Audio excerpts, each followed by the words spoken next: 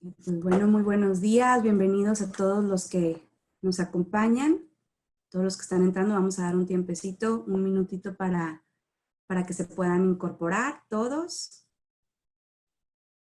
Aprovecho este espacio para agradecer a Eleonora este espacio y este webinar en colaboración con ANADE.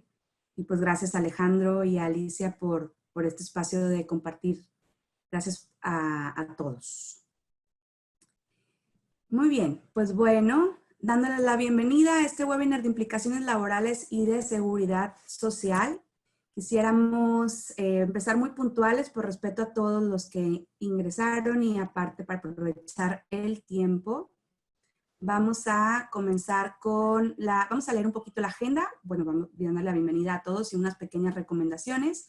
Vamos a presentar a los expositores y después vamos para dar las preguntas y respuestas. Antes de empezar, para optimizar tu experiencia, silencia las notificaciones en tu computadora y móvil, cierra los programas que puedan consumir mucho internet, como Spotify o muchas pestañas en tu navegador, prepara tu pluma y papel para tomar notas y usa el chat para preguntar, conectar y ayudar. También los invitamos a que usen el chat para si tienen alguna duda en ese momento y que se les pueda olvidar en el tiempo, a lo mejor al final, vamos a dejar unos 15 minutos de preguntas y respuestas, más pueden ir preguntando y poniéndole, por ejemplo, si va para Alice o va para Alex en específico, para irla resolviendo tal vez y quede más tiempo para las preguntas al final. Si algo pasa con tu señal, pues oprime reconectar. Y pues bueno, es un honor para mí presentar a Alejandro Caro de la Fuente. Cuenta con más de 15 años de experiencia en la práctica de derecho laboral. La práctica profesional de Alejandro abarca el derecho laboral, seguridad social, derecho procesal constitucional y derechos humanos. Ha asistido a múltiples empresas mexicanas e internacionales en un amplio rango de asuntos laborales como reestructuras de personal y estructuras de subcontratación, due diligence laboral e integración laboral post-transición dentro de las operaciones de fusiones y adquisiciones, diseño de programas y estructuras de movilidad global para ejecutivos, litigio laboral individual y colectivo, entre otros. Es miembro activo de ANADE y es coordinador del Comité de Seguridad Social de Nuevo León y miembro de los Comités Laboral Nacional y de Seguridad Social Nacional, donde participa recurrentemente como expositor. Muchísimas gracias, Alex, por acompañarnos. Así también como Alicia Abundes Quintana, que cuenta con más de 14 años de experiencia en la práctica de Derecho de Seguridad Social. Alicia, en su experiencia de Derecho de Seguridad Social, Consultoría, Litigio Contencioso Administrativo, la práctica profesional de Alicia incluye asesorar a empresas nacionales e internacionales en auditorías y temas diversos que surgen en el contexto de operaciones como fusiones y adquisiciones y reestructuras societarias. Asesoría en aspectos de cumplimiento normativo y contencioso en relación con aportaciones obrero-patronales, prestaciones, contingencias de materia de seguridad social. La experiencia en litigio contencioso administrativo en contra de resoluciones emitidas por el IMSS e Infonavit. Y es miembro activo de ANADE, vicecoordinadora del Comité Nacional de Seguridad Social y vicecoordinadora del Comité de Seguridad Social de ANADE de Nuevo León. Bienvenidos y pues gracias por estar aquí. Le cedo la palabra a Alejandro. Muchas gracias. Hola a todos, espero que estén muy bien ustedes, sus familias, sus seres queridos, bien resguardados en casa, los que puedan.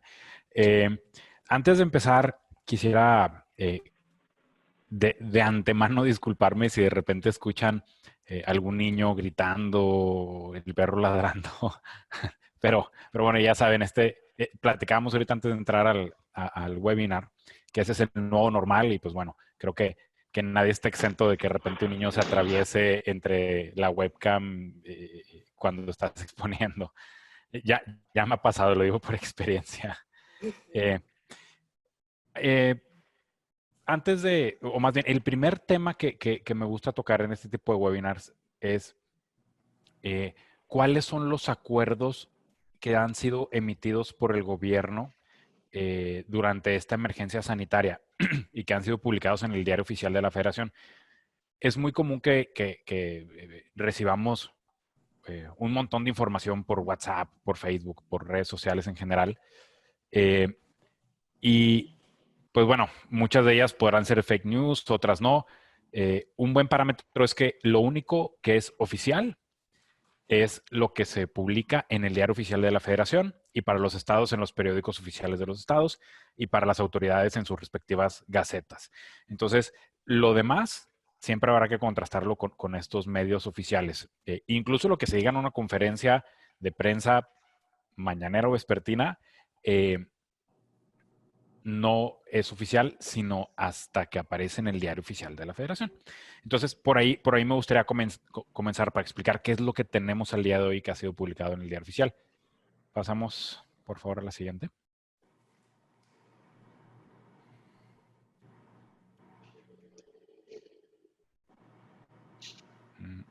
Esa mera, sí. Esta es una línea del tiempo donde pongo los principales acuerdos que han sido publicados en el diario oficial. Han sido publicados muchos más respecto del COVID, pero estos son en los que me quiero basar por ser los más relevantes. El 23 de marzo, el Consejo de Salubridad General, que es el máximo órgano de salud en México, publicó el acuerdo al que llegó en una sesión y ese consejo declaró al COVID como enfermedad grave. ¿Por qué es el Consejo de Salubridad quien declara una enfermedad como enfermedad grave y no la Secretaría de Salud? Porque la declaración como enfermedad grave o emergencia sanitaria tiene distintos efectos legales que pueden tener impacto en distintos ámbitos de la vida nacional, el económico, el laboral, el tributario. Entonces, en el Consejo de Salubridad General es un consejo donde tienen un asiento los distintos secretarios de Estado. Entonces está, por ejemplo, la Secretaría de Economía, está la Secretaría del Trabajo, de Hacienda y Crédito Público. Todos los secretarios, o la mayoría de los secretarios, están en ese consejo y así, al tomar una decisión que va a impactar a toda la vida pública del país, todos los secretarios que dentro de su ámbito también puede haber una afectación, tienen voz y voto. Entonces, por eso el consejo es el que puede declarar como enfermedad grave a una enfermedad. Ahora, ¿qué es eso de la enfermedad grave? No me quiero meter en un tema muy, muy técnico, pero en la Ley General de Salud establece algunas facultades para la Secretaría de Salud cuando una enfermedad se considera grave. Y las medidas que puede adoptar las medidas que puede ordenar son medidas preventivas para que se detenga el avance de la enfermedad grave. Entonces, lo primero fue que el 23 de marzo lo consideraron enfermedad grave y el 24 de marzo salió el acuerdo de la Secretaría de Salud con las medidas preventivas ante la enfermedad grave y son lo que quizá ustedes recuerden, los permisos con goce de sueldo para los trabajadores vulnerables, la definición de trabajadores vulnerables, que son aquellos mayores de 65 años, que tengan diabetes, hipertensión, mujeres embarazadas, mujeres en periodo de lactancia, etc. Entonces, ese acuerdo nos pidió mandar a su casa con permiso con goce de sueldo a los trabajadores vulnerables y que no hubiera concentraciones de 100 personas o más. Posteriormente ya hubo una reducción a 50 personas, ahorita vamos a ver eso. El 30 de marzo, el Consejo de Salubridad lo declara emergencia sanitaria de fuerza mayor y autoriza, al declararla como emergencia sanitaria, autoriza a la Secretaría de Salud para emitir medidas extraordinarias, ya no preventivas, sino extraordinarias. Y el 31 de marzo se emitió un acuerdo y que creo que es el acuerdo pues, del que más se ha hablado durante el COVID, que es el acuerdo donde se estableció qué actividades son esenciales y cuáles actividades no son esenciales y pide que se detengan todas las actividades no esenciales. Vamos más adelante también a platicar sobre el tema de las actividades esenciales. Y pidieron un resguardo domiciliario corresponsable para toda la población vulnerable. Bajaron de 65 años a 60 la población vulnerable y mantuvieron a toda la gente con diabetes, hipertensión, etcétera, problemas de depresión inmunológica, etcétera. Y el 21 de abril se modificó el acuerdo. El 21 de abril se emitió en el Diario Oficial de la Federación un acuerdo también de la Secretaría de Salud modificando el acuerdo del 31 de marzo y los principales puntos fueron que la suspensión que se había dicho hasta el 30 de abril se extendió hasta el 30 de mayo. Y dijeron que los municipios de baja o nula intensidad de propagación se levantarían las medidas el 18 de mayo. Y también dijeron que la Secretaría de Salud iba a emitir unos criterios para saber qué municipios tenían baja intensidad y cuáles tenían alta intensidad. En su momento ya se emitirá esa lista y ya veremos si donde tenemos operaciones nosotros, nuestras empresas, está en un municipio de esos, probablemente se levanten las medidas o haya un relajamiento de estas medidas en esos municipios. Pero eso está por verse. Eventualmente se emitirá un acuerdo también explicando eso. Y ordenó a los estados tomar medidas de mitigación y reducción de movilidad. Y es ahí donde empezamos a ver en distintos estados, distintos gobernadores emitiendo acuerdos restringiendo movilidad entre estados, entre ciudades, transporte público, etcétera. ¿Pasamos a la siguiente? Ok. Un tema que también considero muy importante porque ha causado mucha confusión es el impacto, digo, si es una contingencia sanitaria o una emergencia sanitaria. Y voy a tratar de no ser muy técnico para no revolverlos. Sé que muchos de los presentes no son abogados y si de por sí los abogados luego no entendemos este tema, pues bueno, explicarlo resulta un poco más difícil. El artículo 427 de la Ley Federal del Trabajo dice que es causa de suspensión de las relaciones de trabajo la contingencia sanitaria que traiga consigo una suspensión de labores que sea decretada por una autoridad competente. Y si hay esta contingencia, se faculta al patrón para, en lugar de pagar el salario, pagar una indemnización equivalente a un salario mínimo durante un mes. Si se extiende, y ahí en la pantalla pueden ver la llavecita en la parte de arriba, dice que si hay contingencia, se puede suspender, se suspende las relaciones de trabajo y se paga la indemnización. Si es menor un mes la suspensión, se reanudan labores y se continúa pagando salario normal después de la reducción. Si es mayor un mes, durante el primer mes se paga esta indemnización de un salario mínimo y a partir de ahí ya no se paga nada. Si estuviéramos en el escenario de contingencia, el segundo mes ya no se pagaría nada. Hemos escuchado a algunos abogados que están diciendo que sí estamos en un tema de contingencia sanitaria y que es un tema semántico, que emergencia y contingencia son equivalentes, que suspensión de actividades y suspensión de trabajo son equivalentes. La realidad es que eso corresponderá a los tribunales decidirlo si son equivalentes contingencia a emergencia, suspensión de actividades a suspensión de labores. Y la recomendación que yo hago a mis clientes es no nos metamos en rollos de interpretación para ver si es o si no es. Mejor tengamos una estrategia preventiva y vamos a jugarla a la segura. Vamos a considerar que no es contingencia sanitaria. Porque si consideramos que sí es, entonces vamos a pagar un salario mínimo y después de ese mes, o sea, después del mes de abril, que sería el primer mes de contingencia, pagaríamos 0 porque ya pasó el mes de salario mínimo. Y eso lo único que va a hacer es que, uno, nuestros trabajadores no estén contentos, obviamente, porque su expectativa es que les pagues el salario. Dos, que se quejen ante la Secretaría del Trabajo que está recibiendo denuncias anónimas por temas de falta de pago de salario. O tres, que te presenten demandas ante la Junta de Conciliación y Arbitraje, que si bien está suspendida la actividad de la Junta, sí está recibiendo demandas. Entonces, imagínate que se acabe la contingencia, se renueven actividades en la Junta de Conciliación y te llega un actuario a tocar la puerta con 80 demandas de un solo jalón, todas las que fueron presentadas durante la emergencia sanitaria que tú consideraste contingencia. Entonces, podría resultar los efectos prácticos de considerarlo contingencia peores que los efectos de considerarlo emergencia. Ahora, como no estamos o vamos a considerar que no estamos en contingencia, sino en emergencia, no podemos bajar el salario de manera unilateral. Tenemos que hacerlo de manera de mutuo acuerdo con nuestros trabajadores. Entonces, lo que tendremos que hacer es firmar un convenio modificatorio de las condiciones de trabajo, ya sea con el sindicato para los sindicalizados o con cada trabajador en lo personal, por lo que hace a los no sindicalizados. Y ahí se establecerá que durante la suspensión de labores hay una reducción de salario. Eso sí es válido. La ley sí permite hacer reducciones de salario de mutuo acuerdo durante una suspensión de trabajo. Lo que hay que evitar, y ahorita vamos a platicarlo, es por ejemplo, si un trabajador labora 48 horas a la semana y gana 2,000 pesos a la semana, por decir un número. Trabajando las mismas 48 no podríamos hacer una reducción de 2,000 a 1,000 pesos. No lo va a pagar la mitad por el mismo trabajo.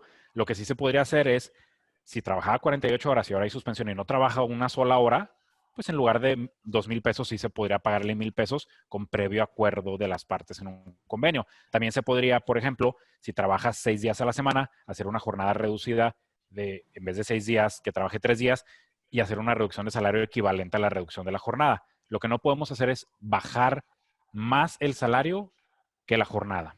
Si bajamos la jornada, en proporción se podría bajar el salario. Si de plano suprimimos la jornada, o sea, nos vamos a suspensión o paro de labores, sí se puede negociar irnos a una reducción de salario. ¿Cuál es el mínimo? El salario mínimo. No es recomendable ni siquiera en suspensión irte abajo del salario mínimo. ¿Qué otra alternativa tenemos? El trabajo remoto, el home office. Pero es importante también que tengamos un programa y que los trabajadores se adhieran a ese programa a través de un documento o que lo pongamos en el reglamento interior de trabajo, que lo documentemos, que no sea nada más de palabra, porque de nuevo, modificar las condiciones de trabajo de manera unilateral está prohibido para los patrones y es causal de rescisión. O sea, el trabajador podría rescindirte la relación de trabajo por tú modificar sus condiciones de trabajo y el lugar de trabajo es una de las condiciones. Entonces, hay que hacer un acuerdo o una política y que haya un documento de aceptación de los trabajadores o incluirlo en el reglamento interior de trabajo. Vámonos a la siguiente, por favor.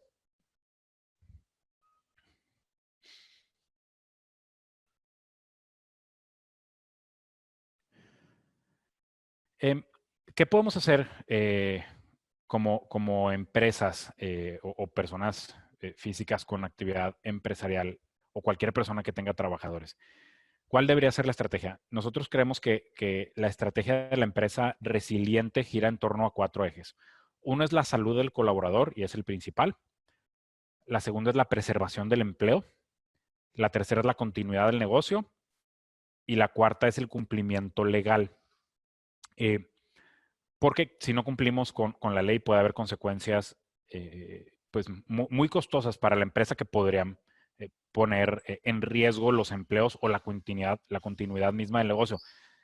Y no acatar las medidas de salubridad puede dar pie a multas de la Secretaría de Salud hasta 16,000 UMAS, que son aproximadamente 1,300,000 pesos, multas de hasta 5,000 UMAS de parte de la Secretaría del Trabajo por trabajador afectado, que eso equivale más o menos a 430,000 pesos, e incluso se podría llegar a una clausura temporal o definitiva del centro de trabajo. Entonces, como ven, sí están buenas las sanciones. A ver, pasamos a la siguiente, por favor. Ahora, ¿cómo desarrollar esta estrategia? Queremos que podemos basarnos en este hilo conductor de preguntas al momento de tomar las decisiones sobre nuestra estrategia. Y la primera pregunta es, ¿qué actividades realiza mi empresa? ¿Son esenciales o no? Y aquí no hay que pensar en blanco y negro. Una empresa puede tener 10 actividades distintas y una ser esencial y otra no serla. Entonces, podríamos continuar con la actividad esencial y reducir nuestra operación hasta el mínimo indispensable para llevar a cabo esa actividad esencial y suspender el resto de actividades. Entonces, no es cuestión de si mi empresa es esencial, sino de cuáles de mis actividades son esenciales. En el acuerdo del 31 de marzo viene la lista de sectores fundamentales de la economía que se consideran esenciales, como los alimentos, el agua potable, la energía, la salud, hospitales, infraestructura hospitalaria, logística para transporte de bienes esenciales, etcétera. Entonces, revisa el catálogo. Ese es el primer punto. Revisa el catálogo de las actividades de tu empresa y ve cuáles encajan en un sector fundamental y esas puedes continuarlas. El resto habría que suspenderlas. Ahora, segunda pregunta. Ya que sé cuáles son esenciales, ¿qué medidas de seguridad y salud debo implementar para continuarlas? Porque no vamos a continuar en un business as usual, no vamos a continuar operando como lo veníamos haciendo. Hay que tomar las medidas de seguridad y salud que recomienda la Secretaría de Salud e incluso irnos más allá. Yo le recomiendo a nuestros clientes, aquí hay que cumplir al 130%, al 150%. ¿Y a qué me refiero con eso? Hay que ver la lista de todas las medidas de salubridad que han emitido tanto el gobierno federal como los gobiernos estatales como los municipales, cumplir con todas y aún así cumplir voluntariamente o discrecionalmente con las medidas de seguridad adicionales que podamos hacer. Por ejemplo, poner checkpoints de temperatura en la entrada a la empresa para trabajadores, clientes y proveedores. El uso obligatorio, no nada más de cubrebocas, sino de caretas y guantes, sanitización de las instalaciones de manera regular, etcétera. O sea, irnos más allá del cumplimiento de la sana distancia y de las medidas que nos pide la Secretaría de Salud. Y esto no nada más porque para evitar multas, sí, para evitar multas, pero sobre todo por la salud de nosotros y de nuestros colaboradores. Tercera pregunta, las actividades que voy a suspender, ¿cómo preservo los puestos de trabajo para reanudarlos una vez que concluya la suspensión? Y esta es una tarea conjunta entre trabajadores y patrones. ¿Por qué? Estos acuerdos deben ser bilaterales. Ni el trabajador puede suspenderse a sí mismo, ni la empresa puede dejar de pagar el salario sin preguntar. Deben llegar a un acuerdo y en ese acuerdo se debe poner por escrito cuánto tiempo va a durar la suspensión, que sea al menos lo que la Secretaría de Salud pide en el acuerdo del 31, no, en el acuerdo del 21 de abril, o sea, hasta el 30 de mayo. Y qué va a pasar con el salario, que se establezca también. O en un supuesto donde vamos a suponer que en mi empresa, de nuevo, el ejemplo de 10 actividades donde una sola es esencial. Quizá en lugar de suspender al 90% de mis trabajadores, hago una reducción de jornada para que la mayor parte de los trabajadores continúe laborando, pero en jornadas reducidas. Entonces, habría que hacer un acuerdo con jornadas reducidas y establecer cuánto tiempo va a durar esa medida y cuánto se le va a pagar y cuánto tiempo va a trabajar y en qué horarios va a trabajar y qué días va a trabajar el trabajador. Siempre en mutuo acuerdo y establecido en un convenio modificatorio de condiciones de trabajo. Eso es súper importante. ¿Y por qué me refiero a que esto es una medida para preservar los empleos? Porque si no le echamos ganas a ambos, tanto el patrón para pagar lo más posible durante la suspensión de labores, como los trabajadores para aceptar ese golpe de reducción de salario, lo que ahorita se considera una crisis de flujo, o sea que no hay dinero circulando en la economía, puede convertirse en una crisis de solvencia, o sea que quiebre la empresa. Y si quiebra la empresa, pues el trabajador se va a quedar sin trabajo y el empresario se va a quedar sin sus utilidades si es que las generaba la empresa, ¿no? Entonces, para continuidad del negocio y continuidad de las relaciones de trabajo es importante que ambas partes lleguemos a acuerdos. ¿Cómo puedo utilizar la tecnología para incrementar la productividad y no exponer a mis colaboradores? Esa pregunta creo que es súper importante hacernos. No nada más mandar a la gente a su casa, sino ver qué puestos de trabajo son susceptibles de seguir laborando por medio de plataformas como Skype, Teams, Zoom, el correo electrónico.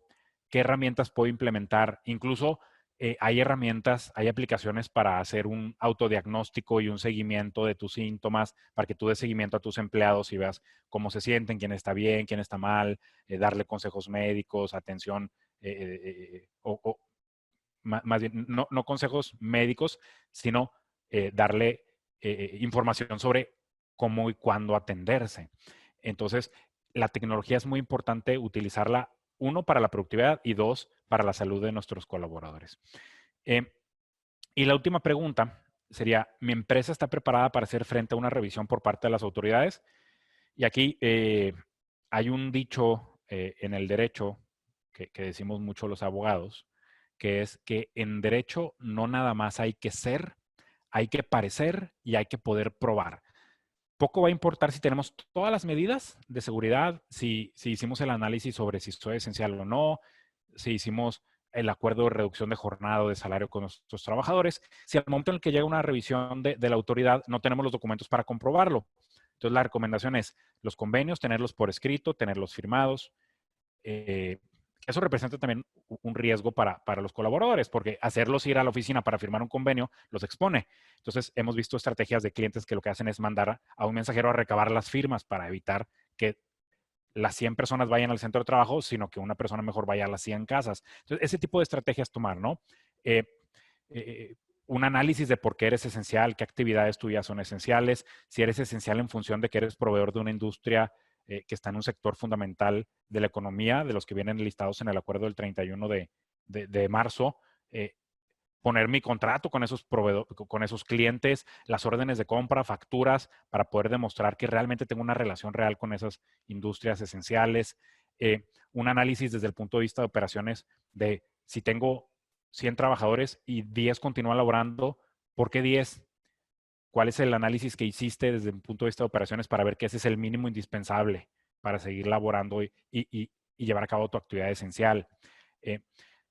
Documentar todas las medidas de salubridad. Por ejemplo, si sanitizaste o sanitizas una vez a la semana, incluso toma fotos y que se registren en un acta de la Comisión Mixta de Seguridad e Higiene para que cuando lleguen a revisarte decir, mira, aquí están todas las medidas que hemos tomado, evidencia, porque como les digo, desde un punto de vista jurídico, si no podemos probar lo que se hizo, la autoridad no nos va a creer que sí lo hicimos y que sí cumplimos, ¿no? En el cumplimiento es tan importante cumplir como probar que cumplimos.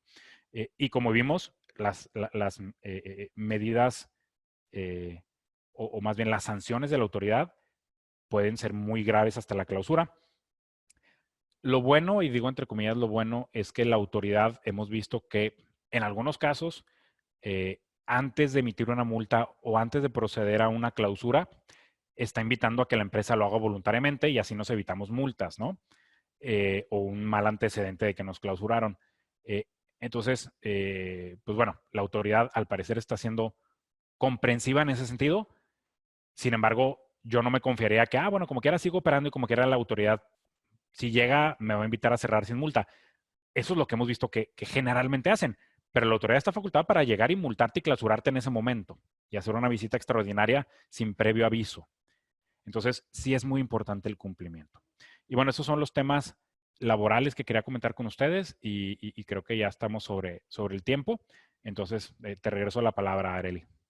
Muchísimas gracias, Alejandro. Por ahí ya tenemos varias preguntas en el chat, si nos podrías ir ayudando a contestarlas directamente e inclusive también vamos a tener este espacio de los 15 minutos al final de la reunión y pues por lo pronto le cedemos la palabra a Alicia. Gracias, Alicia.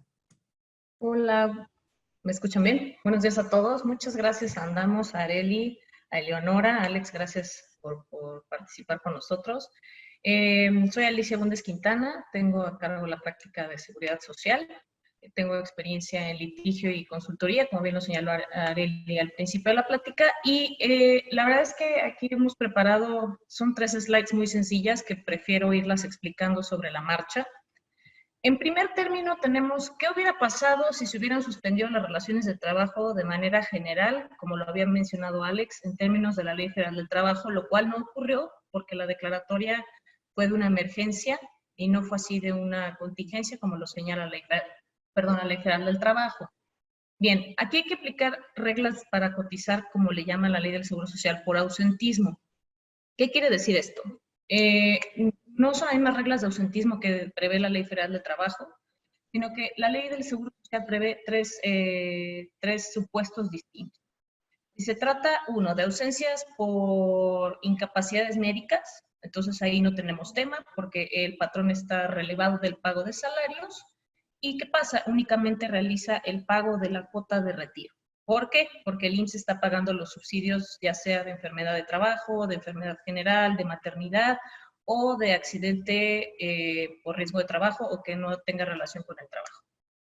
Ahora bien, en aquellos ausentismos que son de 7 días o menores, ¿qué es lo que permite la Ley del Seguro Social? Que únicamente durante ese tiempo pagues enfermedades y maternidad y el resto de las cuotas no las pagues. Entonces, es una reducción, y hay muchas preguntas, ahorita las atacamos al final con mucho gusto. Es una reducción, entonces, le llama el IMSS descuentos por ausentismo. Descuentas esos 7 días y pagas el resto de las cuotas. Ahora, si, por ejemplo, hubiéramos estado en el supuesto de la contingencia sanitaria, es decir, que hubiera habido una suspensión de actividades en lo general, entonces la mayoría de los patrones que nos preguntaban, oye, lo que procede es que yo dé de baja a los trabajadores. En términos generales y siendo muy estrictos, sí procedían las bajas de los trabajadores al partir del 8º día de de la suspensión de las relaciones de trabajo. ¿Y qué pasa con esto? Aquí hay una afectación evidentemente pues en las prestaciones que recibirá el trabajador, y ahorita lo vamos a ver al final porque el texto de la Ley del Seguro Social protege al trabajador que si te quedas sin trabajo tienes una conservación de derechos por 8 semanas, tratándose de las ramas de enfermedad y maternidad, y de 4 semanas, por ejemplo, de guarderías. Pero en la práctica lo que sucede es que generalmente la autoridad impide que los trabajadores accedan en cuanto son dados de baja. Entonces, lo que estábamos recomendando es, entre que salían los acuerdos o no, entre que se ponía de acuerdo el Consejo de Salubridad General, pero bueno, hoy sabemos que ya hay una determinación al respecto, decíamos, pues no presentes las bajas, porque va a haber una afectación al trabajador indiscutible. Entonces, ¿qué es lo que están haciendo la mayoría de los patrones? Si tuvieran alguna reducción salarial, ellos lo tienen que presentar en términos de los avisos de modificación salarial a través del sistema INSS de su empresa. Es decir, el salario del trabajador se redujo porque así lo convinieron las partes, es decir, no hubo una reducción unilateral al salario, lo cual está previsto, como bien lo expuesto Alex hace unos minutos, sino que hubo una reducción convenida por las partes, entonces tendríamos que presentar las modificaciones salariales y así realizar el pago de cuotas al IMSS. Esto evidentemente llama la atención del instituto, pero pues está atendiendo a una situación de emergencia por la que no habíamos pasado yo creo que nunca, porque ni la influenza del 2009 se asemeja en nada a esta pandemia. Entonces, bueno, aplican las reglas de modificaciones salariales. Luego, si nos vamos a la siguiente, por favor. Aquí está.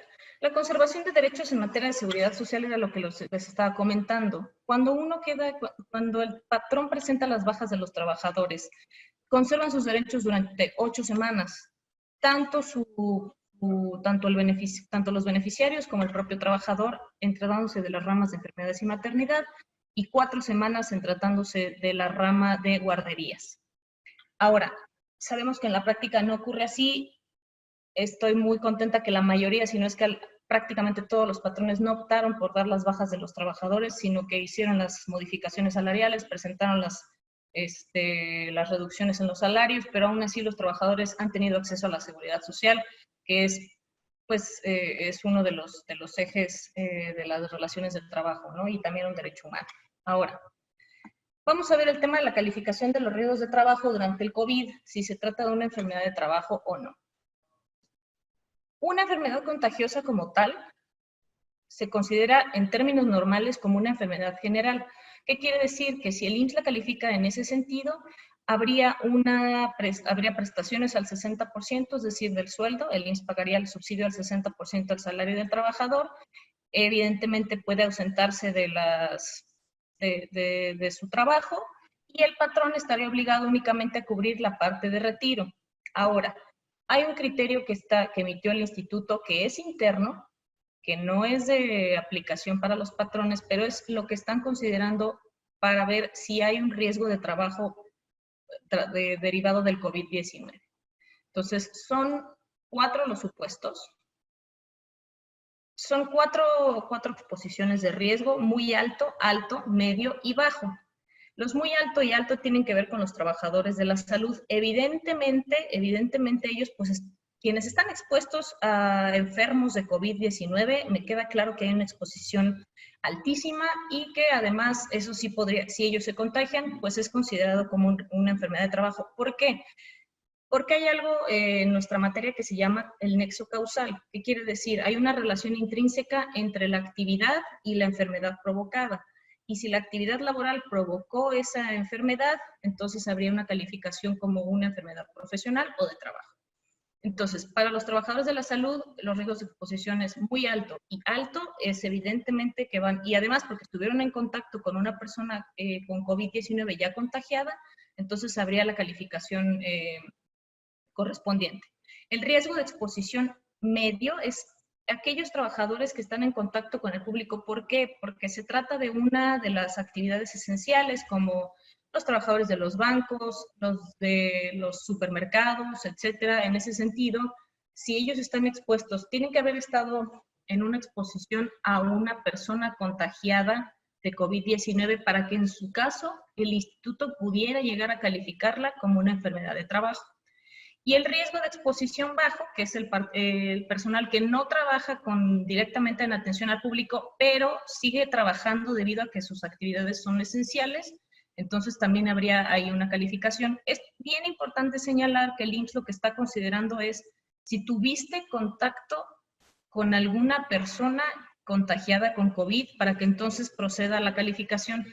Hasta hoy no conozco a alguien, seguramente habrá quien sí, algún patrón que sí lo tenga así, que tenga estos casos, y entonces, ¿qué va a pasar? Que el IMSS va a calificarlo como enfermedad de trabajo, pagará el subsidio al 100% del salario, y esto evidentemente afectará en la siniestralidad de la empresa para el siguiente año, que sería presentada la declaración en febrero de 2021. ¿Okay? Esos son en tratándose. Ahora, ¿qué pasa, por ejemplo, con la gente que está en su casa? ¿No? Que seguimos trabajando, aunque no somos actividades esenciales, pero podemos continuar con nuestras labores. Yo creo que sería muy poco probable que alguien en ese sentido, si no ha tenido exposición a la calle, si ya ha tenido todos los cuidados de sana distancia, si cuando sale a la calle a comprar alimentos lo hace con las medidas de protección e higiene correctas, yo creo que ese riesgo es muy bajo y entonces ahí no habría cómo el instituto pudiera decir que derivado de tu actividad, que es prestar tus servicios en tu casa, pudieras haberte contagiado.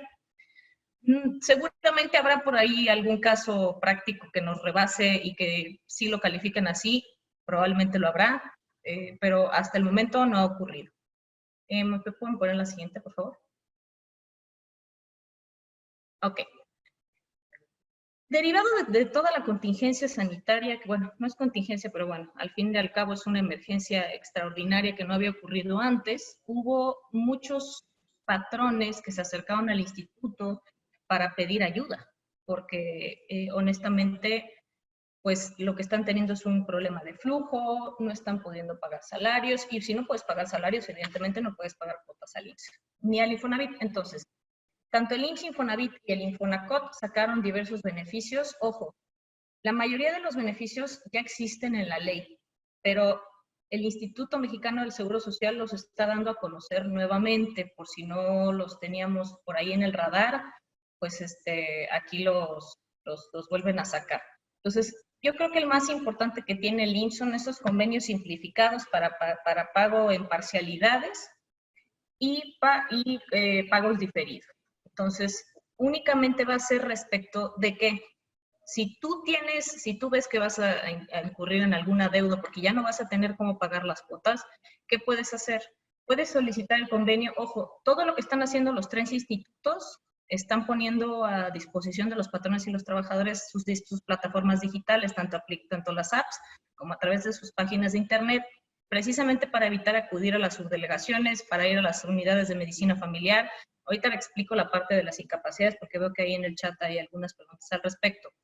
Entonces, no me quiero pasar el tiempo para poderles dejar espacio para preguntas y respuestas. ¿Qué son los convenios simplificados que el IMSS está haciendo? Va dirigido a los patrones que ya saben que van a incurrir en algún tipo de adeudo. Entonces, lo que pueden solicitar es una prórroga para el pago del mes de que se trata. Entonces, perdóname. Por ejemplo, los pagos de mayo, los pagos de abril que se pagan el 18 de mayo, porque el 17 me parece que es domingo, puedes enviar a través del correo que está aquí. Si quieren, después le pido a Areli que les mandemos la liga, y si no, me pueden contactar con muchísimo gusto. Que todo se haga por internet. ¿Y cuáles son los pasos a seguir? Tienes que tener el registro patronal a la mano, hay un convenio, un correo electrónico específico para enviar este convenio, entonces para suscribirlo. Generalmente los convenios simplificados se hacían presencialmente, tenías que tener un crédito fiscal determinado. El IMSS lo que está sugiriendo al patrón es no te esperes para tener un crédito fiscal, sino si sabes que no vas a poder pagar, suscribe tu convenio. ¿Y qué pasa? ¿Cuál es el beneficio? Bueno, solo se puede hacer mes con mes, porque no puedes suscribir un convenio respecto de periodos que no han sucedido porque todavía no los tienes que pagar, ¿no? Entonces, no te tienes que esperar a que esté el crédito fiscal determinado, sino que te acercas al IMSS, no voy a tener para pagar, quiero suscribir mi convenio simplificado. ¿Y cuál es el beneficio? Uno, que hay exención de la garantía del interés fiscal, es decir, no hay que ofrecerla. Dos, que no va a haber determinación de multas porque el IMSS lo va a considerar como un cumplimiento espontáneo de obligaciones en términos del 304 de la Ley del Seguro Social. Y evidentemente el beneficio es que la propia Ley del Seguro Social lo prevé, es que no necesitas autorización expresa. Si después de cierto tiempo el IMSS no contesta, aplica lo que los abogados llamamos afirmativa ficta. ¿Qué quiere decir esto? Que se entiende que el silencio de la autoridad es una autorización para que tú suscribas tu convenio. La otra, una cuestión muy importante, únicamente estos convenios pueden suscribir respecto de la parte de la cuota patronal. La cuota obrera no hay manera de diferirla ni de pagarla en prórroga, de acuerdo a la Ley del Seguro Social. Esa parte se tiene que retener y enterar por completo. Ahora, ¿qué tiene, por ejemplo, el Infonavit? El Infonavit también sacó varios... perdónenme, me regreso un poquito al IMSS. Sacaron también las prórrogas para presentar el aviso de dictamen. No es una prórroga per se, pero ¿qué ocurrió? El 31 de marzo se publicó en el Diario Oficial de la Federación el acuerdo del Consejo Técnico por el que se da a conocer que a partir del 31 de marzo y hasta que el Consejo Técnico del IMSS lo determine, se consideran días inhábiles para las acciones y diligencias de la Dirección de Incorporación y Recaudación del Instituto. Entonces, ¿qué quiere decir? Que las obligaciones que tenían los patrones de haber presentado el aviso para dictaminarse hasta antes del 30 de abril, hoy lo pueden seguir haciendo porque se encontraban suspendidos los plazos. Lo mismo ocurre con el Infonavit, se suspendieron plazos en tratándose de diligencias y actuaciones del procedimiento administrativo de ejecución. El Infonavit a partir del 5 de mayo, el IMSS a partir del 31 de marzo. Entonces, digamos que sí ha habido ciertos temas de alivio, tanto para los patrones, ahorita comentan de los trabajadores porque creo que ya se me está acabando el tiempo, pero bueno, me sigo un ratito nada más si me dan oportunidad. ¿Qué pasa? Con el Infonavit, tú también puedes suscribir, no son convenios, sino que haces una solicitud expresa en el portal de internet, en el portal de empresarios, para solicitar la prórroga para pagar el segundo y el tercer bimestre en los meses de julio y septiembre. Entonces, ¿quiénes tienen derecho a aplicar? Aquellos patrones cuyos trabajadores no tengan créditos de vivienda actuales y vigentes. Tiene que ser respecto a aquellos trabajadores que no tienen crédito, es decir, solo esa parte de la aportación. Entonces, aquellos que tengan 250 trabajadores o menos pueden solicitar su prórroga hasta el 31 de agosto. ¿Y qué van a poder prorrogar? Tanto el segundo como el tercer bimestre. Y aquellos patrones que tengan más de 250 trabajadores, la fecha límite para presentar la solicitud de prórroga es el 30 de junio de 2020 y solo el segundo bimestre de 2020. Y quienes, por ejemplo, tengan hoy convenio para pago en parcialidades vigente con el Infonavit, que ya hubieran tenido de periodos anteriores, lo mismo van a poder solicitar estos convenios, bueno, no los convenios, sino las solicitudes de prórroga, y después, cuando ya terminen las prórrogas, igualmente podrán solicitar el pago en parcialidades, el diferimiento hasta por 12 meses. ¿Qué más tengo ahora bien, del Infonacot? Hay un tema para patrones que se hayan constituido en paro técnico, pero solo aquellos que estén en paro técnico. No quiero ser no soy experta en temas laborales, pero el paro técnico, únicamente que hayas presentado debidamente ante las autoridades laborales, aquellos patrones que no lo hayan hecho así, no pueden presentar el plan de alivio ante el Infonacot si no tienen ese paro técnico. Ahora, ¿qué pasa? El Infonacot permite que si hubo alguna reducción salarial, todo por internet, es importante recordarlo, todo por internet, que si hubo una reducción al salario de los trabajadores, esto se avise dentro de los 5 días siguientes de la reducción, que otra vez la reducción debe haber sido de manera no unilateral, sino debe haber sido suscrito tanto por el patrón como por el trabajador, de común acuerdo. Entonces, ¿qué pueden hacer? Le avisan al Infonacot por internet, se hace la reducción salarial y el trabajador le podrán hacer el descuento de su crédito de consumo conforme al sueldo actualmente reducido. Y para el Infonavit, para los trabajadores que estén en paro técnico, hay una reducción del 25% de la parte que tienen que pagar. Solo aquellos de paro técnico, quienes no lo estén así, cada trabajador tendrá que ingresar al portal de internet y ver si pueden aplicar al beneficio de solicitar un deferimiento hasta por 3 meses con los saldos congelados. Entonces, eso es. Y ahora, regresando al tema de IMSS, rápidamente para los trabajadores, ¿cuál es el beneficio que existe? La obtención de los certificados de incapacidad por internet originalmente se había previsto únicamente para los enfermos de COVID, precisamente para evitar que fueran a las unidades médicas a atenderse y pues a esparcir y contagiar a más gente, ¿no? Entonces, abrieron una plataforma digital para que tú hagas un cuestionario, le llaman el tamizaje médico, para ver si eres, probablemente tengas los síntomas de COVID, y si el IMSS al revisar la información considera que sí, reenviará si eres sujeto para este certificado de incapacidad por COVID, lo emite y entonces, ¿qué pasa? Que el patrón puede hacer detener el pago de cuotas obrero-patronales porque habría un certificado de incapacidad emitido por el IMSS.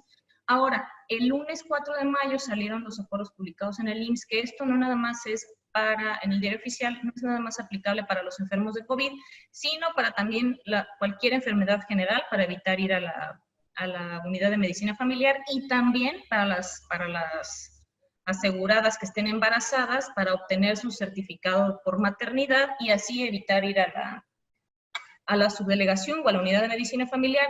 Ojo, también los pagos, los subsidios, el IMSS los acreditaría de esta manera y haría los pagos por transferencia electrónica para evitar que el trabajador acuda. Y una vez emitidos los certificados de incapacidad, ¿qué sucedería? Que el patrón los puede revisar a través del escritorio virtual. Yo lo he revisado, si es posible hacerlo, y ahí revisar toda la lista de incapacidades que tenga de sus trabajadores para poder hacer el ajuste en el pago de cuotas correspondientes.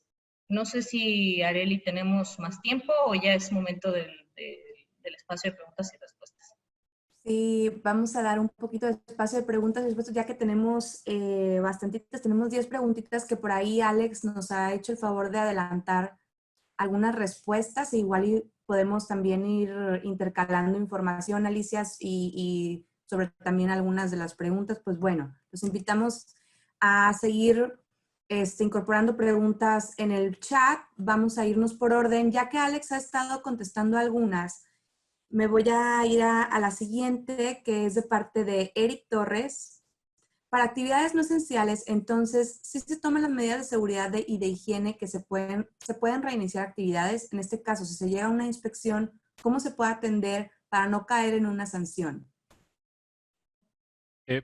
Lo que puede continuar es únicamente lo esencial, con las medidas de seguridad. Lo no esencial no debe continuar, aunque tengas las medidas de seguridad. O sea, si tú no estás en una actividad esencial, aunque tengas todas las medidas del mundo, puede haber una multa, puede haber una clausura. Ahora, las multas dependen, el monto depende de la gravedad. Las máximas son, desde el punto de vista de salud, 16,000 UMAS, y desde el punto de vista de la Secretaría del Trabajo, 5,000 UMAS. Claro que si no eres esencial, pero tienes todas las medidas de seguridad, probablemente sea menos grave que continuar siendo no esencial y sin medidas, pero de que puede haber sanción, puede haber sanción. La única manera de continuar desde un punto de vista legal sería que tus actividades se puedan hacer desde casa. Aunque no seas esencial, si puedes seguir desde casa, podrías hacer esa transición a trabajar desde el hogar. Muy bien. Igualmente de Eric Torres, para el caso de las utilidades a repartir por el tema de la contingencia, ¿hay algún cambio o postura oficial para su pago? No, no ha habido ningún acuerdo, no ha habido ninguna reforma, ninguna modificación. Y al ser un derecho adquirido, sobre todo un derecho adquirido por el trabajo en el año pasado, no puedes negar su pago al trabajador, o más bien no debes. En caso de que no pagaras en tiempo y forma las utilidades a los trabajadores que les correspondan, podrían, 1, demandarte, 2, quejarse ante la Secretaría del Trabajo y eso detonar inspecciones extraordinarias y podría ser sujeto de multa. También nos han preguntado algunos clientes, oye, pues ¿puedo diferir su pago por medio de un acuerdo voluntario? La recomendación es, si puedes pagarlas, págalas, y solamente en el caso donde de plano no puedas pagarlas y tengas que tomar una de esas medidas, pues tómala de manera voluntaria, el diferimiento o pago en parcialidades. A mí no me gusta esa solución porque al ser un derecho adquirido no se puede negociar, o sea, es una prestación legal a la que tiene derecho el trabajador y no puede renunciar, pero en un caso extremo en el que estés entre o quiebra la empresa o paga utilidades, pues esos casos extremos también requieren medidas extremas y podríamos con un acuerdo voluntario de ambas partes tratar de diferirlo o pagarlo en parcialidades, pero de nuevo no es lo ideal. Muchísimas gracias, Alex. Para Alicia Bundes, ¿qué pasa con una incapacidad por maternidad que termina? El IMSS no puede extender la incapacidad para la trabajadora porque le indicaron que no puede regresar a su centro de trabajo por seguridad para ella y para el bebé. El patrón tiene la obligación de pagar el salario de la empleada o el IMSS. Ay, muchas gracias. Esta es una muy buena pregunta. El IMSS no va a extender incapacidades tratándose de maternidad porque expide un certificado único por 84 días y es todo lo que emitiría en tratándose de maternidad, a diferencia de la enfermedad general que puede extender los certificados. Entonces, yo considero que si el médico del IMSS le dijo, más bien, no es si el médico del IMSS, ella ya tiene al bebé, no debe regresar a trabajar. Yo creo que tendría que ponerse de acuerdo con el patrón, porque el IMSS ya no va a pagar los subsidios. Aquí ya sería una continuación. En términos normales, ella ya regresaría a su trabajo y como tal se reactivaría la relación de trabajo con el pago de sueldos y con las obligaciones que la trabajadora está obligada a hacer. Si ella puede regresar a trabajar, por ejemplo, home office, yo creo que no hay tema. Si no se puede home office y es una actividad esencial, tendría que regresar a trabajar, pero si no es actividad, y si esa actividad no es esencial, pues yo considero que no debería regresar, pero al final del día considero que sí lo debiera someter a consideración de su patrón. Gracias, Alice. Creo que esta pregunta también va muy de la mano, creo que la acabas de contestar. Al reanudarse las actividades, ¿qué condiciones aplican la empleada embarazada? ¿Es cierto que debe seguir en home office o a diferencia de los demás trabajadores considerados no vulnerables? No, es que si está embarazada la trabajadora, seguirá siendo considerada como vulnerable, pero ojo, si todavía sigue la pandemia, no puede regresar a trabajar y sería como explicó Alex al principio, entonces tendría que tener el pago completo de su salario, es un permiso con goce de sueldo. Pero si ya pasó la pandemia y sigue embarazada, pero pues ya tendría que tener entonces su certificado de incapacidad para poder ausentarse de sus labores. No sé si esto responde la pregunta. Muy bien, ahorita que Denise nos conteste si contestó su pregunta. Muy bien, gracias, Alice. Silvia Martínez nos pregunta también, buenos días, ¿qué puede hacer el trabajador si debiera hacer uso de su conservación de derechos y no lo quiere atender, y no lo quieren atender? El trabajador podría presentar una queja, digo, no es ideal, generalmente sí sucede, pero tendría que acudir a la subdelegación que corresponda a su unidad de medicina familiar y de lo contrario, pues acudir lo más pronto posible a oficinas centrales a atender este caso. No me ha tocado que ocurra derivado de la pandemia, pero sí ocurre en la práctica. Entonces, lo más pronto posible que pueda atenderlo y puede hacerlo a través de una queja, que lo haga. Muy bien. Y también una pregunta para ti, Alicia. ¿Es posible que los empleados estén buscando incapacidades por otras razones para no tener problemas de ausentismo?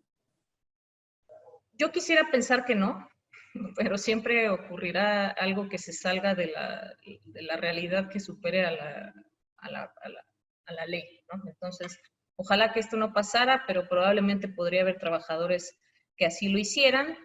Ojo, también este tipo de acciones no es nada más, es castigado por el Instituto Mexicano del Seguro Social porque sería obtener un beneficio cuando no tienen derecho a ello. Entonces, sí va por ahí, o sea, ese no sería una cuestión tanto para el patrón, sino sería una cuestión para el trabajador. ¿Por qué? Porque el patrón está cumpliendo con su obligación de tenerlo inscrito y de pagar sus cuotas. Si el trabajador está buscando una incapacidad sin tener derecho a ella, podría ser sujeto a algún tipo de infracción por el instituto. Y también de algún tipo de infracción con su patrón, porque pues eso no sé si se considere un tema de abuso de confianza o una cuestión así, quizá Alex nos pueda ayudar con este tema. Sí, más bien es un tema de sanción para el trabajador posiblemente. Sí, correcto. Muy bien. También una pregunta para ti, Alicia de Perla Rangel. ¿Qué sucede con las variables que se presentan bimestralmente ante el IMSS si a partir de mayo hacemos reducción salarial y reducción de jornada y con los que se tiene salario fijo? Sí, tendría que presentarse las modificaciones salariales con las reglas del 34 de la Ley del Seguro Social, es decir, al siguiente bimestre en el que ocurran dentro de los 5 primeros días. Perfecto, muy bien. Por aquí también, en relación al lugar de trabajo, en el teletrabajo, ¿cómo nos aseguramos los patrones que sí tienen el lugar ideal para seguir trabajando? Eleonora hace las preguntas más difíciles. Eh, Voy a contestar desde el punto de vista estrictamente legal y luego del práctico. Desde un punto de vista estrictamente legal, el patrón debe proporcionar todas las herramientas para trabajar, incluso el Wi-Fi y si necesitas una silla especial de oficina, te debería dar la silla. O sea, deberían entregarte tu kit de home office con tu módem y tu silla y el cargador de laptop y todo, ¿no? Eh, y hay empresas que lo hacen, hay empresas que dan un kit o pagan a través de un bono, o más bien compensan los gastos que hace el trabajador a través de un bono. O sea, eso sería lo ideal, ¿no? Que el patrón proveyera de todo. El tema práctico. Y bueno, también, desde un punto de vista ideal, antes de iniciar a trabajar desde la casa, el patrón también debería revisar que si esté el lugar ya adecuado.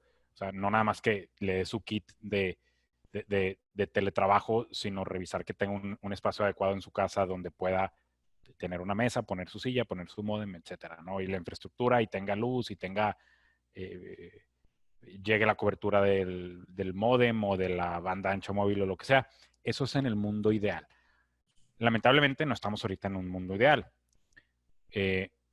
Cuando pase la emergencia, yo sí sugeriría a los patrones tener este tipo de medidas de revisar el lugar de trabajo, darle el kit o darle este bono compensatorio. Pero en este momento extraordinario de una emergencia sanitaria, tanto patrón como trabajador deben poner como prioridad la preservación del empleo y de la empresa. O sea, que continúe el negocio y que se preserve el empleo. Y en ese sentido, yo creo que eso tiene más peso en la práctica que el hecho de si le pagas el internet o le das la silla o revisas el lugar de trabajo, sino que ahorita, pues, como digamos, en términos coloquiales, todos hay que apechugarle, ¿no? Pero en un mundo ideal sí tendría el patrón que revisar todo eso. No sé si eso responde a la pregunta. Muy bien, creo que sí. Por ahí tenemos 2 minutos, pero, o sea, sin embargo, si Alice y Alex pueden, tenemos 5 preguntas en fila, podemos terminar las 5 preguntas, a lo mejor nos va a llevar a las 12:05 si todos están de acuerdo, podemos seguir continuando con las preguntas y para despedirnos. Sin problema. Perla también, Rangel nos pregunta, aparte del convenio firmado de acuerdo, ¿deben de firmarse las listas de asistencia en reloj checador? ¿Cómo se justifica la jornada de quienes están trabajando en modalidad desde casa? Sí. Los controles de asistencia son opcionales. La ley no te obliga a tener controles de asistencia como sí te obliga a tener contrato firmado, recibos de salario y algunos otros documentos. Pero el control de asistencia no te obliga a la ley. Sin embargo, es recomendable siempre tener controles de asistencia porque nos ayudan a acreditar la jornada en caso de una controversia o de una inspección. Si hay un juicio, con los controles de asistencia puedes probar cuánto tiempo y cuándo laboró el trabajador y si hay una inspección también a través de controles de asistencia. Los controles de asistencia en el caso del home office son distintos. No es tanto el reloj checador porque normalmente tenemos la concepción de que el trabajo es un lugar. Tan es así que decimos voy al trabajo como si el trabajo fuera un lugar. Ahora con el home office ya se dislocó el concepto de trabajo y ya no es trabajo como un lugar, sino trabajo como una actividad.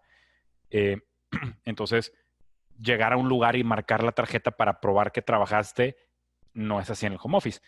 ¿Cómo sí se puede hacer? Más bien tienes que probar cuánto tiempo realmente se llevó a cabo la actividad y hay aplicaciones que tienen timers para las actividades que realiza el trabajador en su casa, para poner inicio de actividades cuando haces un login a algún sistema. Por ejemplo, que cuando hagas login a Skype o a Teams o a Outlook, en automático genere un timer o un registro de que comenzaste a laborar, también cuando te fuiste al break para comer, etcétera. Entonces, ese tipo de herramientas son las que nos van a servir en el home office y no tanto un reloj checador que más bien va alineado a un lugar de trabajo más que a un trabajo visto como actividad. Muchas gracias, Alex. Por aquí Renato Juárez nos pregunta, si tengo un trabajador con contrato a prueba por 3 meses que vence el 15 de mayo, ¿puedo prolongar el periodo de prueba? ¿A partir del día 16 ya se considera por periodo indeterminado?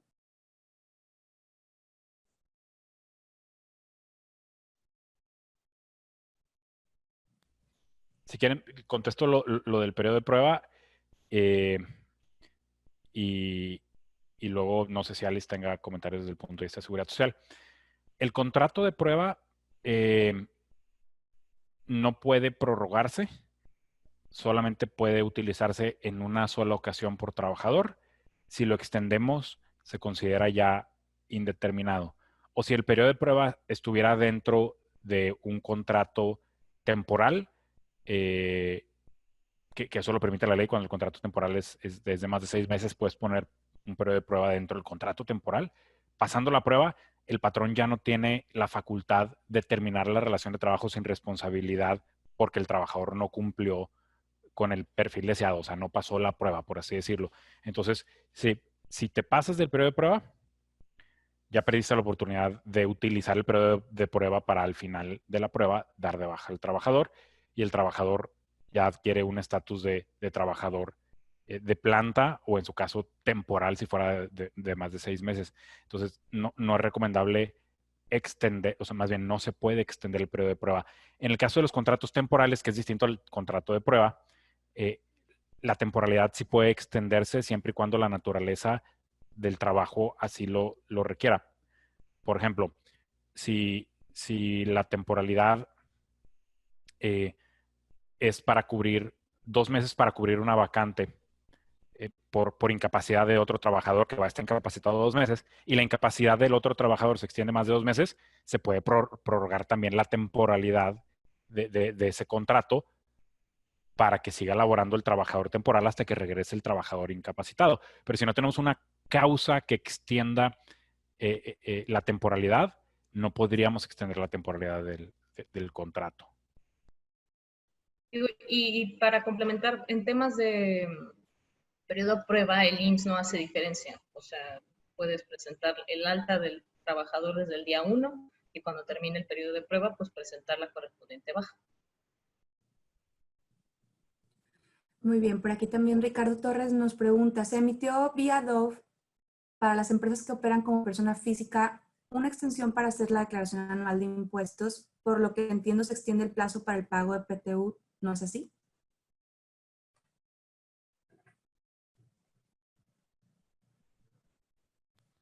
A ver, de nuevo, la pregunta es que me distraje. Sí, no. Se emitió vía DOF para las empresas que operan como persona física una extensión para hacer la declaración anual de impuestos, por lo que entiendo se extiende el plazo para el pago del PTU, ¿no es así? Sí, en el caso de personas físicas, al extenderse el periodo, hay que acordarnos que la ley no dice que pagues en mayo las utilidades, dice que las pagues 60 días después de presentada la declaración anual. Si se extiende las personas físicas, se extiende ese periodo o no empieza a correr sino hasta 60 días después de la extensión de ese periodo. Para las personas morales no se movió y se queda igual. Entonces sí, 60 días a partir de la presentación de la declaración. Ok, perfecto. También por aquí María Cristina nos pregunta, ¿los trabajadores pueden retirar su saldo del Afore? Sí, hay una parte que se puede retirar. Yo creo que ya le había contestado de manera individual, pero les reitero, pueden hacer un retiro parcial de su cuenta individual por desempleo, que es equivalente a 30 días de su último salario base de cotización, con un límite de 10 horas. Eso es lo que pueden hacer de retiro. Perfecto. Y Oralia Ortiz nos pregunta, así como están las cosas a la fecha, ¿cuándo es probable regresar a las actividades? ¿Hay alguna manera ya planeada? Igual serán por actividades prioritarias? No han dicho todavía cómo va a ser la reanudación de actividades. Lo que estamos esperando es que haya un acuerdo donde nos digan, eh, ya ven que dijeron que el 18 de mayo se podían levantar las restricciones en ciertos municipios. eh, Podría, más bien, esperamos un acuerdo antes del 18 de mayo donde nos digan qué municipios y qué actividades pueden reincorporarse. Quizá haya una reincorporación gradual que pueda ir más allá de mayo, que sea por industrias o por zonas o territorios. Eso sí, sí podría ser, es lo que esperaríamos, pero todavía no se publica una guía oficial de quiénes, cómo y cuándo van a reanudar sus labores. Hay que estar muy atentos a esa guía cuando sea publicada. Muchas gracias, Alexis. Vamos para la última pregunta por el tiempo. Roberto Díaz nos pregunta, si mi actividad es esencial, pero el trabajador no quiere acudir a laborar porque tiene temor de contagio y no se halla en situación vulnerable, ¿puede ser rescindido del contrato de trabajo?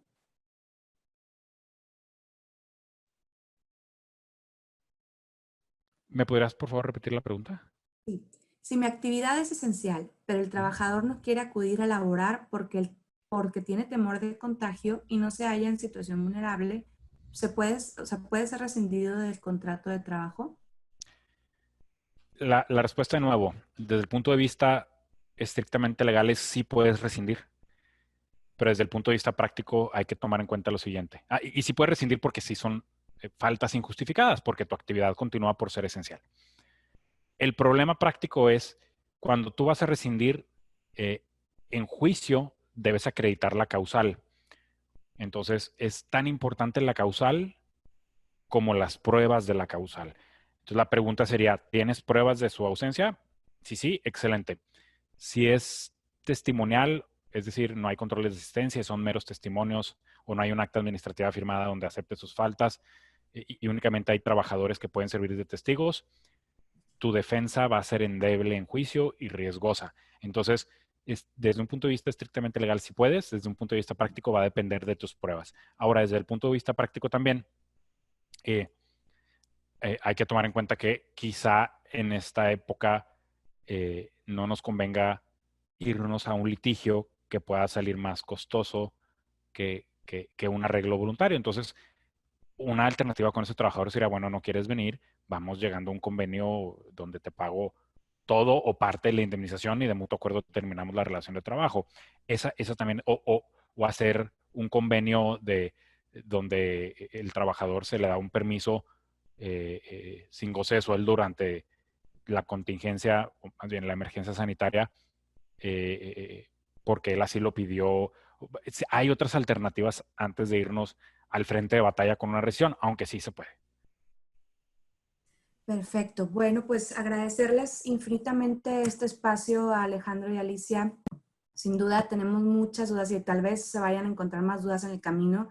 Si hay alguien que se quedó con alguna duda, por favor, hacérnosla llegar. Le vamos a hacer llegar estas preguntas a Alejandro y a Alice. Y también, pues bueno, platicarles que en alianza con ANADE vamos a tener un programa que va a poder apoyar en ciertas situaciones, ya sea de implicaciones laborales o de seguridad social.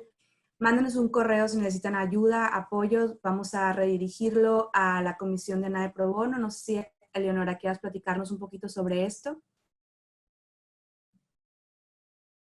Anda por ahí, Eleonora. Hola, hola, buen día a todos, ¿cómo están?